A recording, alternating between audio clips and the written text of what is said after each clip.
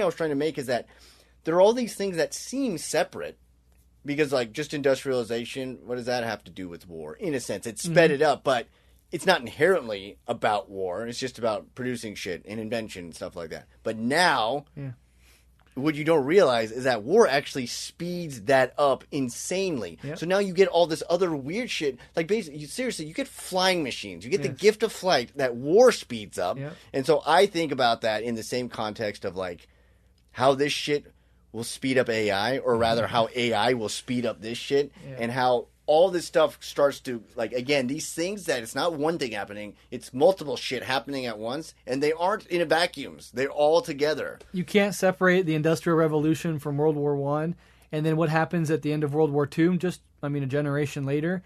You can't separate the development of theoretical physics from war, because then we get the nuclear bomb, we get general relativity, we get the splitting of the atom, we get a whole new way of looking at nature that came out of some of the incentive structures of war that came out of the Industrial Revolution. So these processes that we categorize historically as these separate developments, as you said, are just all radically entangled in and of each other. And so if World War I is the introduction of trench warfare and aerial bombardments and gas attacks, and World War II is the the dawn of nuclear weaponry, World War III is coming, and it's gonna fucking be like AI quantum fucking computing shit, dude. Well, and it's like it's stuff you can't even. People are probably maybe thinking of Terminator shit or stuff like, or they're thinking about like giant like drones and stuff. Again, there's going to be something that what flying was to that one dude in Sarajevo is going to be where the fuck to us who already have all this technology. Like, that's what I'm thinking about. I have no clue. There's a thing where you can't even describe, like, a tank could be one thing to a guy like that, but he knows a thing with wheels and that it's something that you mount a gun. Yeah, it's kind of like a cannon, just a super advanced one.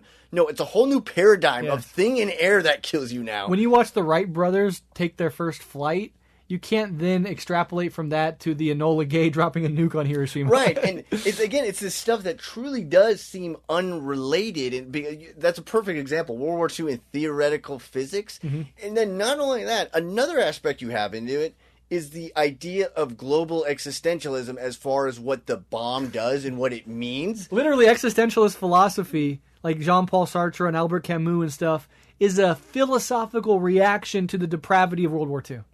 So, like, you can't have existentialism as we know it. You know what? War ain't that bad, dude. It's doing a lot for us. I get the right now. It sure is generative. I get Hillary Clinton, man. War is not, if not anything, it's a job grower.